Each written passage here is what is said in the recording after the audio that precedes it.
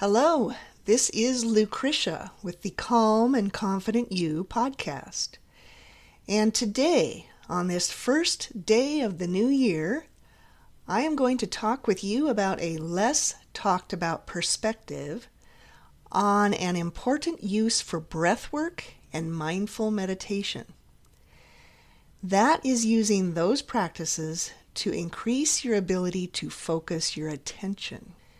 Breathwork is using the breath as a focal point and using different breathing techniques as a tool to gain more control over your physical, mental, and emotional responses. Mindfulness is a way of being in the present, and it is a form of meditation, but it is also a tool for a variety of mental, emotional, and physical issues. We usually think of breathwork and mindfulness as forms of meditation, which we use to get into a relaxed state of being. We take a few minutes, 10 minutes, 30 minutes, or longer out of our busy lives to meditate and calm our nervous systems during a break away from our stressors. For example, a typical guided meditation starts with slowing your breathing and focusing on taking deeper breaths, which help to slow your heart rate. After settling into this slower pace, you may focus on something you can look at, such as a candle flame or a special object. You might have a word or a phrase which gets repeated. And then a guided meditation takes you through scanning and relaxing your body, and may then take you on a mental journey of images which help to calm you and help you become peaceful. It may end with an affirmation to keep thinking about as you return to your regular routine. This type of meditation, when practiced regularly, is very effective at bringing about relaxation. It's a nice break from stress, and it does help to turn off the stress response, which is beneficial to your health. Mindfulness and breathwork techniques can also be used for a different purpose. They can be used for increasing your ability to control your focus and manage your thoughts. Many people struggle with thoughts which are distressing and which are harmful to their self-esteem, their self-confidence, and which worsen moods such as anxiety, depression, and anger. Many people are tortured by racing thoughts, spiraling thoughts, negative thoughts, and fears, which they can't seem to stop or get away from. They feel overpowered by their thoughts. Here is an example of being immersed in out-of-control, destructive thinking.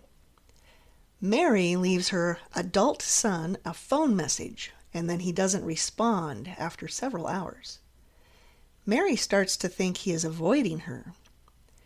She starts to think of reasons he may want to avoid her. She remembers she was critical of him going to dinner at an expensive restaurant. Maybe he sees her as meddling and annoying. She wonders what is wrong with her that she can't just be happy for someone having a good time. She starts to think she is a bad mom and her son probably just tolerates her because he has to. You can see that Mary's thoughts have taken her down a very destructive path. This is a common thought spiral that you might recognize. Now let's look at how it plays out if Mary is able to be mindful and is able to disconnect from her thoughts and focus on the here and the now. Mary leaves her adult son a phone message, and then he doesn't respond after several hours. Mary starts to think he is avoiding her. But because Mary is mindful of her own thinking, she recognizes this as the start of a negative spiral. She thinks, there's one of those thoughts that is just not helpful, and it's probably not true. She decides that thought can just hang there while she directs her focus to something beneficial to her. Mary decides to go out to her garden, taking her dog with her. While outside, Mary focuses her attention on her dog, petting him and talking to him and encouraging him to walk around the yard with her. As she goes around, she looks at the flowers that have opened up since she was last out there. She finds the first pea pod and notices a ladybug. She notices a soft breeze in her hair and feels the sun warming her back. She pulls a few little weeds and sees the fresh soil. Mary is perfectly fine despite not having heard from her son. You can see from this example that because Mary was able to notice early on that she was having the type of thought which could take her down a negative path, she was able to decide to focus her attention on something pleasant in the here and the now. Because she has practiced focusing her attention on the present, she is able to disconnect from the negative thought and let it be, while she goes about doing something more healthy to her mental and emotional well-being. Here's an important point.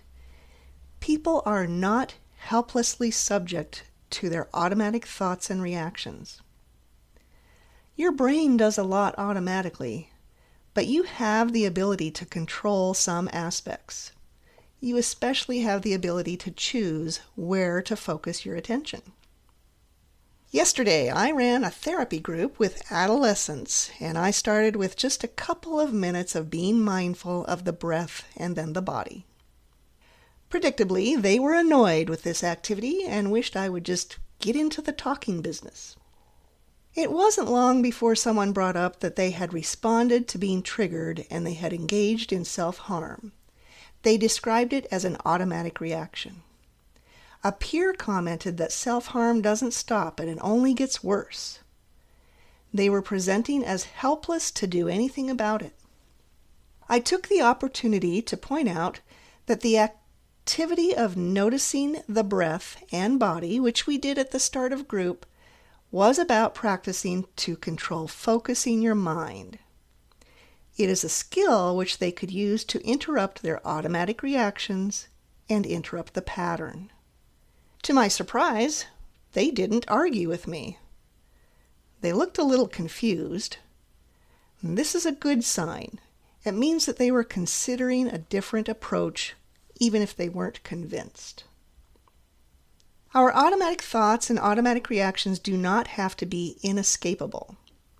By practicing the skill of noticing and directing the focus of your attention, you can take back control. You can take the power out of negative thoughts, which, by the way, are our own creations. They do not have a life of their own, and they do not have to overpower us. By learning to disconnect from thoughts and see them with some distance as an object created by the mind, we can reduce the emotional trap. Here are some steps you can take. First, notice that a thought is an unhelpful type of thought. Next, put it out away from you. Get some distance from it. You can do this by seeing the thought or thoughts as if they are on a movie screen. You can see them as words or images. We all know that we can get very involved in a movie, but when it's over, we know it was just images on a screen. Do this with your negative and distressing thoughts. Next, do not try to get rid of them. It is a paradox that when we fight to suppress something or to get rid of it, it grows in intensity. Also, don't try to argue with the distressing thoughts. This keeps you engaged with them. Instead, just let them be out there on the movie screen, out away from you. They can hang out there as you go about some activity of your choosing. The next step is to focus your attention on what you are doing at that moment. It doesn't even have to be pleasant. It could be doing dishes or driving or any regular activity. The key is to focus on the here and the now and on something which is real. Whatever you are doing at the time is what is real. With practice, you should find it easier to disconnect from distressing thoughts, and you will be able to get off of the negative, never-ending thought spiral. It seems overly simple, but focusing on your breath and all of the sensations that go with it is developing a very important skill, It is developing your ability to focus your attention where you want it. You can use that skill to set aside distressing thoughts. You can use that skill to fully experience real life. There's a lot of good to experience if you are able to attend to it. You can find out more about me at my website, ldonreed.com, and you can discover more educational materials and products at my website, growingemotionalstrength.com. And if you like this podcast, be sure to subscribe to it on your favorite streaming service and share it with a friend. Until next time, be well.